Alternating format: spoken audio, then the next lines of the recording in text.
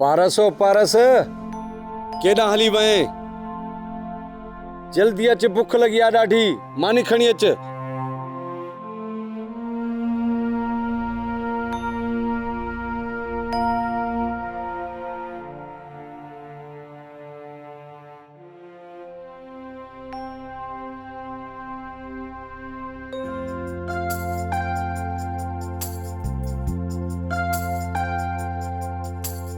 अॼु गिरव हथ सां थी खाराई।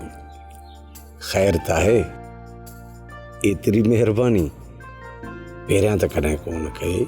मासात तूं सदाईं कावड़ में हूंदो आहे, न त मुंहिंजी दिलि चवंदी आहे त तुंहिंजी कावड़ सां मुंहिंजे मोहब्बत जा गुलाब कुमारजी वेंदा आहिनि। हरू भरू कोन कावड़ पियो आहियां पारस, पर अधी अमीना जॾहिं यादि ईंदी आहे त पोइ पंहिंजे पाण खे काबू में न आहियां रखी सघंदो।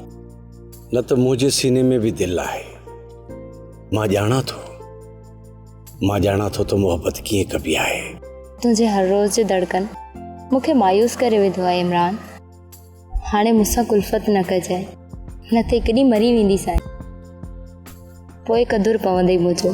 पारस, तुंहिंजो क़दुरु मूं वटि मुंहिंजी साह खां बि वधीक आहे, छो त तूं मुंहिंजी ज़ाल आहीं।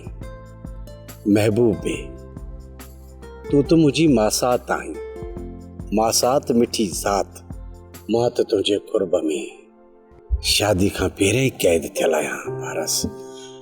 पर मासात प्यार से ॿिनि लफ़्ज़नि जे करे मुंहिंजी दिलि खे सिकायो आहे तो। मन जी महक ख़तम करे छॾी आहे तुंहिंजी कावड़। तुंहिंजी मोहब्बत लाइ दिलि जी धरती प्यासी आहे। हर घड़ी सिकायो अथे मुंहिंजे साह खे। पारस, मां मञा थो त मूंखां मोहब्बत में कजूस पायूं थियूं आहिनि, पर इन में मुंहिंजो ॾोह न आहे। इन में सॼो ॾोह तुंहिंजे भाउ ऐं तुंहिंजी माउ जो आहे। ऐं ॿी ॻाल्हि त तुंहिंजो भाउ ऐं मासी बि त अमीना खे कुर्ब कोन था ॾियनि। उनजी सज़ा मूंखे छो थो ॾी मासात? इहा त नाइंसाफ़ी चइबी। अमीना तुंहिंजे एवज़ में आहे पारस। जे उनखे ॾुख मिलिया त तोखे ख़ुशियूं कीअं मिलंदियूं पारस? इमरान, अमीना हुते ख़ुशि आहे ऐं ॾुखी तूं बि कोन आहे। जेतिरियूं ख़ुशियूं अमीना खे आहिनि, उन खां वधीक त मूं तोखे बि ॾिनियूं आहिनि। उन ॾींहुं अमीना जे अखियुनि में ॻोढ़ा कोन ॾिठा हुए पारस। रहंदो हमेशह माण्हू ॾुख खां आहे, को ख़ुशी खां त रोई ॾेखारे। सॼे घर जी वॾी आहे अमीना, पोइ बि रोए थी। छा कजेसि मासात, अम्मा अमीना जे अॻियां कोन कुछंदी आहे। बस हाणे बस, तोखे बि मुंहिंजी भेण में हाणे बुरायूं नज़र थियूं अचनि पारस। ऐं पंहिंजी माउ ते कख कीअं थी रखी? चवंदा आहिनि न त पंहिंजा पंहिंजा हूंदा आहिनि। एतिरी त अमीना मूंखे बि प्यारी आहे। हाणे वधीक ॻाल्हाई न, इहे तारा कढी छॾींदोसां, सॼी मानी हराम करे छॾी।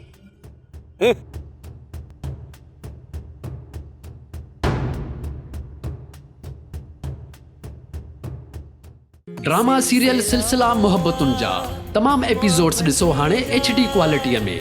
विज़िट करियो असांजो YouTube channel Sindh TV HD drama. Subscribe कयो असांजो official YouTube channel Sindh TV HD drama ऐं वधीक अपडेट लाइ बेल आइकन खे क्लिक करियो।